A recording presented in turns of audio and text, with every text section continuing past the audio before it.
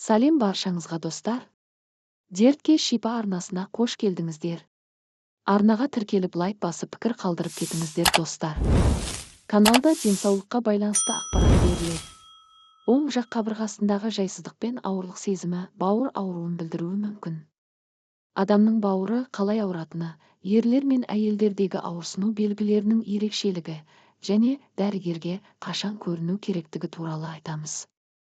Бауыр іштің оң жағында қабырға астынан сәл төмен орналасқан. Бұл ас қорыту, темір, ақуыз, майлар, көмірсулар мен дәрумендер алмасу процесінде, сондай-ақ токсиндер мен оларды шығаруда маңызды рөл атқаратын көп функциялы орган.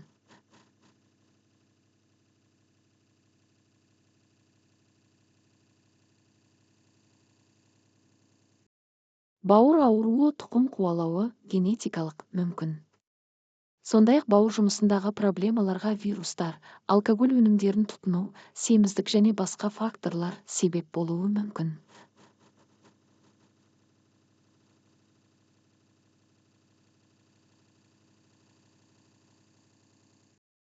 Егер ерлер мен әйелдердің бауырындағы ауырсыну туралы айтатын болсақ, онда оның көрінісінде ешқандай айырмашылық жоқ.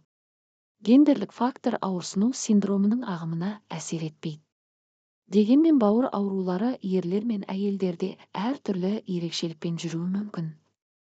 Сондай-ақ әйелдерде тек өздеріне тән бірқатар бауыр ауруы бар. Бауыр қалай ауырады? Жоғарыда айтылғандай бауырдың өзі ауырмайды, орган орналасқан капсула ауырады. Бауырдың зақымдануы кезінде туындайтын белгілерге тоқталайық. Қолайсыздық, бауырдың ұлғаюы оң жақ қабырғасындағы жайсыздықпен сезілуі мүмкін. Көбінесе бұл тырысатын, түйіп ауыратын, бірақ шыдауға болатын ауырсынулар. Өткір ауырсыну бұл органның көптеген ауруына тән емес, және көбінесе өттегі тас түзілуі ауруынан туындайды. Ауырсыну. Бауыр аурулары кезінде адам қабырға астындағы ауырлықты сезінуі мүмкін. Бұл белгілер бауыр капсуласының созылуымен, ішек пен өт қабының ауруларымен, газ түзілуінің артуымен байланысты болуы мүмкін. Сарғаю. Егер бауырдың зақымдалуына қатысты күдік болса, басқа белгілерге назар аудару керек. Бұл орган ауруларының жиі кездесетін белгілерінің бірі терінің, көздің және шырышты қабаттардың сарғаюы. Ауыздағы ащы дәм. Сондай-ақ бауыр аурулары кезінде дене қызуы көтерілуі, ауызда ащы дәм пайда болуы, адам қатты әлсіздік сезінуі мүмкін. Егер бұл белгілер пайда болса, дәрігер қабылдауына жазылу керек. Бауыр ауырған кездегі дәрігер кеңесі. Егер бауырыңыз ауырады деп ойласаңыз, дәрігерге бару керек. Симптомдарды елемеу және дұрыс емделмеу ауыр зардаптарға, тіпті өлімге әкелуі мүмкін. Егер сіз үнемі оң қабырғаңыздың төменгі жағы сыздап ауыратынын сезсеңіз, жеделдетіп гепатолог, гастроэнтерологтың болмағанда терапевтке көрінгеніңіз жөн.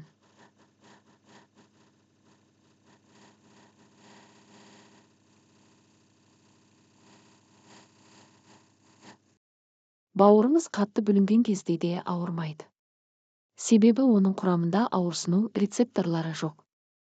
Әдетте ауырсыну немесе шаншу ауру өте асқынған кезде ғана болады. Ондай жағдайда бауыр сет, үлкейеді, өзін қоршап тұрған капсула қабығына қысым көрсете бастайды. Міне, содан кейін ғана науқас ауруды сезе бастайды. Мұндай жағдайда өкінішке орай емдеу кеш болуы мүмкін.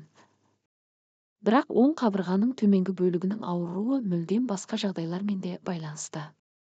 Мысалы, өт қабының ісінуі. Бауыр ауруының басқа қандай белгілері бар? Бауыр бүлінгенде бел, іш және оң иық ауруы мүмкін. Кейде тіпті ауырсыну сезімі мүлде болмайды. Бауыр ауруының белгілері.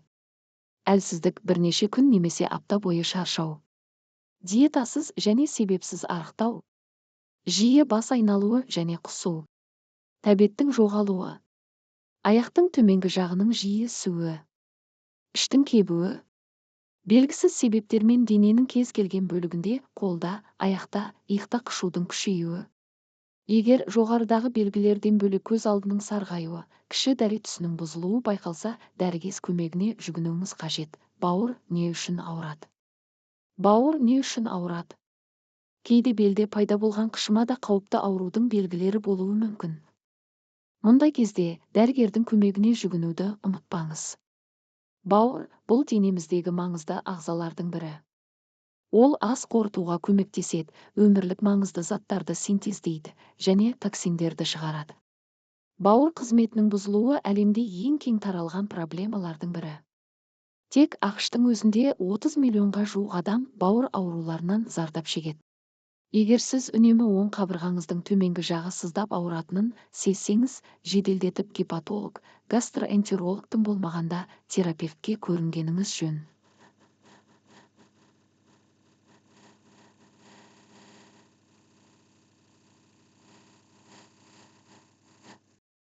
Бауырыңыз қатты бүлінген кезде де ауырмайды. Себебі оның құрамында ауырсыну рецепторлары жоқ. Әдетте ауырсыну немесе шаншу ауру өте асқынған кезде ғана болады. Ондай жағдайда бауыр сет, үлкейеді, өзін қоршап тұрған капсула қабығына қысым көрсете бастайды. Міне, содан кейін ғана науқас ауруды сезе бастайды. Мұндай жағдайда өкінішке орай емдеу кеш болуы мүмкін. Бірақ оң қабырғаның төменгі бөлігінің ауруы мүлдем басқа жағдайлармен де байланысты. Мысалы, өт қабының ісінуі, бауыр ауруының басқа қандай белгілері бар? Бауыр бүлінгенде бел, іш және оң иық ауруы мүмкін. Кейде тіпті ауырсыну сезімі мүлде болмайды. Бауыр ауруының белгілері: әлсіздік, бірнеше күн немесе апта бойы шаршау, диетасыз және себепсіз арықтау, жиі бас айналуы және құсу, тәбеттің жоғалуы, аяқтың төменгі жағының жиі ісуі, іштің кебуі. Белгісіз себептермен дененің кез келген бөлігінде, қолда, аяқта, иықта қышудың күшеюі. Егер жоғарыдағы белгілерден бөлек көз алдының сарғаюы, кіші дәрет түсінің бұзылуы байқалса, дәрігер көмегіне жүгінуіңіз қажет. Биопсия – бауырдың кіші ұлпаларын зертханалда тексеру. Кейде өмір салтын өзгерту бауырды қалпына келтіруге жеткілікті. Артық салмақтан арылу, алкогольден бас тарту, майлы тағамдардан бас тартып, дәрігер белгілеген тамақтарды тұтыну. Алайда бауыр ауруларының бәрі бірдей оңай емделмейді. Дәрі-дәрмектер мен хирургия қолданылуы мүмкін. Зардап шеккен ағзаны қалай қалпына келтіруді тек медициналық маман шешуге. Өз бетіңізбен емделмеңіз, бұл сізге қымбатқа түсуі мүмкін. Құрметті тыңдаушылар, каналға тіркеліп лайк басып, пікір қалдырып кетіңіздер.